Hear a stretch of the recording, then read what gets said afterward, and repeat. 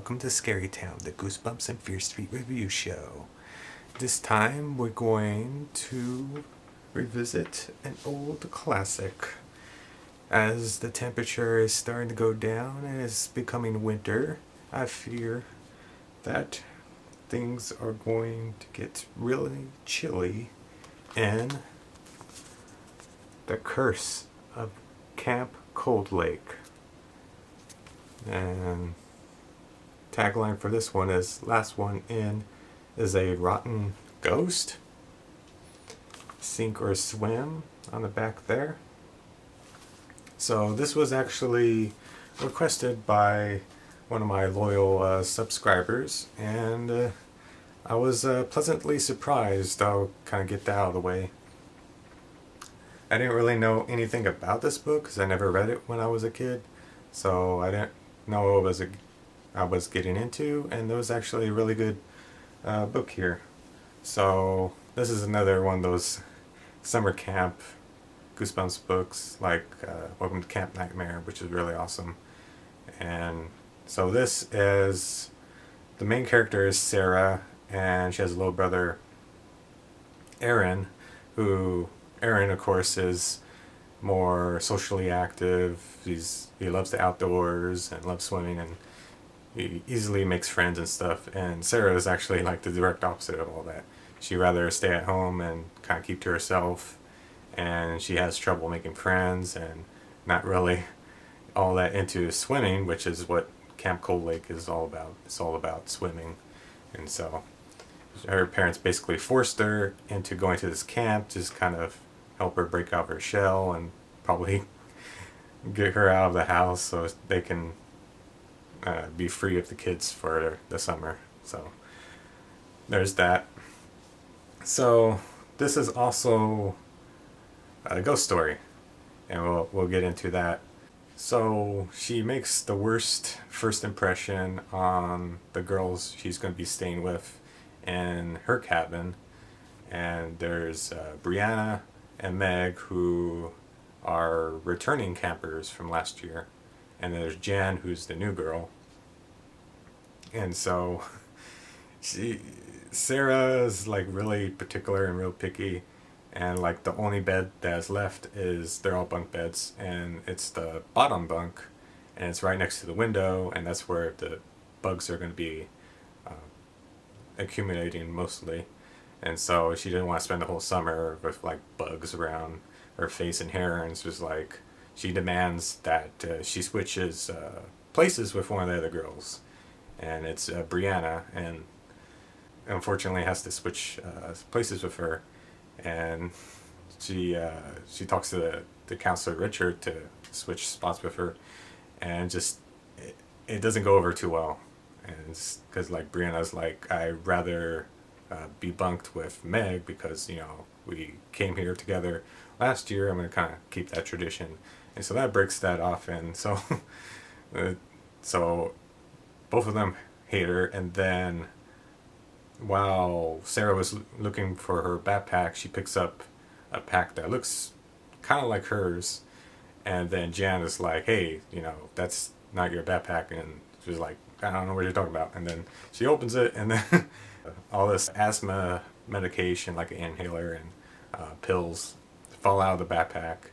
And Jan has severe asthma, and which kind of sucks for her because this outs her as having asthma, because there's this week-long competition of like canoeing for like 7 days, and because you have asthma, you're not allowed to go, so this really bums her out. And so now Jan has her, so everyone hates her so far.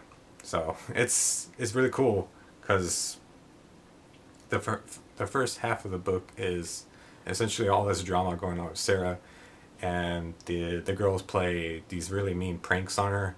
She feels bad about herself, and so it's kind of funny that she plays this whole off like she's the victim, like she hasn't done anything wrong, where she's the one that forced Brianna to switch places with her, and then she outs Jan as being asthmatic, and that takes her out of the canoe competition, so that's why they hate her, and that's why they're playing the pranks on her. And then she's like, I don't know why everyone hates me, or whatever. So it's kind of funny. And so they play some pretty mean pranks on her, and basically making her like the laughing stock of the whole camp. And so she's struggling with two options, really. The first one is the immediate one, where she's like, I'm just going to run out of camp, going to go to the town next over, and then call my parents, and they'll get me out of this. But then Aaron's like, I don't want you to go, because if you leave, like, mom and dad don't want to come up here more than twice. And so if they come to get you, they're probably going to want me to go as well, and I don't want to leave because I'm really enjoying camp. So that is the conundrum there. And the next option is really weird, because she comes up with the bright idea of pretending she is going to drown. And following that up, there are at least 20 swim safety rules that Liz is one of the other counselors, and she's very strict about this. And there's a lot of rules about, having, of course, the buddy system. Don't swim without a buddy, because, swim without a buddy, you're more likely to get in trouble and you're going to drown. So she pretends to drown, and then the weirdest thing happens. Like, she goes into this other world, like in Silent Hill, like this ghost realm, where it's like, it's super cold, it's like winter, the snow's falling, and there's nobody else around. It's completely deserted except for the pale girl, like really pale blonde hair, and she's just there singing the camp song. And then her name is Della, and just like, so Della wants Sarah to be her buddy, and of course that's not possible unless Sarah drowns and dies, just like Della. So that's the whole thing. She starts haunting her, and that's the rest of the book, where she's being haunted by Della, and Della's like trying to get her to drown in the Camp Cold Lake. So, and there's a pretty good twist at the very end. Actually, there's kind of like two twists, really, and it's pretty well done. It's probably one of the more effective twists in a Goosebumps book that I've encountered in a long time. So this story is really solid.